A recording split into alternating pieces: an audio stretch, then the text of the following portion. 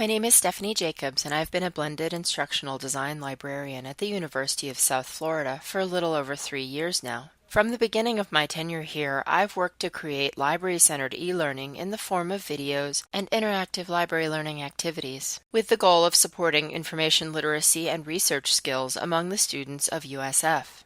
This video poster is intended as an introduction to that 3-year project of exploring different ways to create library-centered e-learning, as well as to detail how the blended librarian can collaborate with subject specialist librarians to plan, implement, and assess interactive learning content. Prior to the USF Library's addition of a blended instructional design librarian in the fall of 2015, they already had a large collection of instructional videos. A long time was spent updating and streamlining the collection of videos. Instructional video is just one type of digital learning object. Digital learning objects are designed to help learners develop understanding and competence in a particular area. They can be interactive tutorials, videos, entire websites, recorded lectures, quizzes, games, other multimedia, or any combination of these things. DLOs have a defined instructional value and can be used in a variety of ways to improve teaching and learning. These learning activities were created with instructional design best practices in mind, with the overall length being an important factor in the design process. Formal study confirms that it's important to keep learning content short and to the point in order to reduce student disengagement. The USF Tampa Library's instructional YouTube channel metrics support this and indicate that users are willing to watch approximately 2 minutes of a video before disengaging. These videos and modules were designed to move quickly and to build on what the students already know, reinforce ideas and skills previously introduced, and allow viewers to construct their own understanding.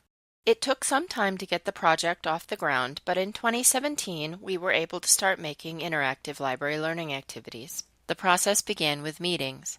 These library learning activities were intended for an art history class, and so meetings began between the instructional design librarian, the librarian for the College of the Arts, as well as the course instructor, and the content was established collaboratively. With a project like this, there's going to be some negotiation about scope and about content, and the temptation to cover more material than is feasible in an individual module will often be strong. Developing these library learning activities required clear articulation of the learning objectives. Organizing the content into outlines helped the librarians ensure that no elements were overlooked. The library learning activity modules were placed into all sections of the class and integrated with the gradebook. The two librarians were then able to perform assessments based on rate of completion for the learning activities and research paper quality.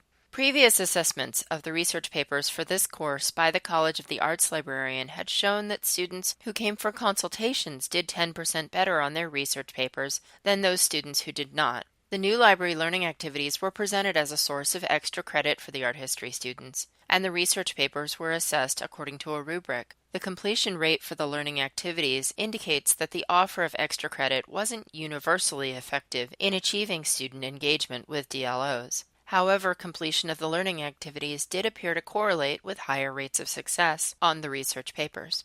The library learning activities discussed in this poster were created using the program Articulate Storyline, a tool that allows the user to combine lecture, video, animation, quizzing, and lots more. This online training material can be shared across platforms and connect with the gradebook inside a learning management system. A quick note, I did not use the newest version of the program, which is known as Articulate 360. The librarians were able to gather data from the learning management system, which demonstrated that the library learning activities were popular among the students. This is one of the biggest advantages to using a program that allows you to create content that is SCORM compliant. SCORM stands for Shareable Content Object Reference Model, and it's a common standard for learning objects. It allows for communication between the learning object and a learning management system like Canvas or Blackboard. The functionality is not without its challenges, as we have recently run into issues related to variations in user platform. In this poster, I'm including a resource guide for creating digital learning objects for use online and in course management systems. Find the full list, which is of alternatives to the program Articulate Storyline, either on the poster or in the transcript for this video. Thanks for watching.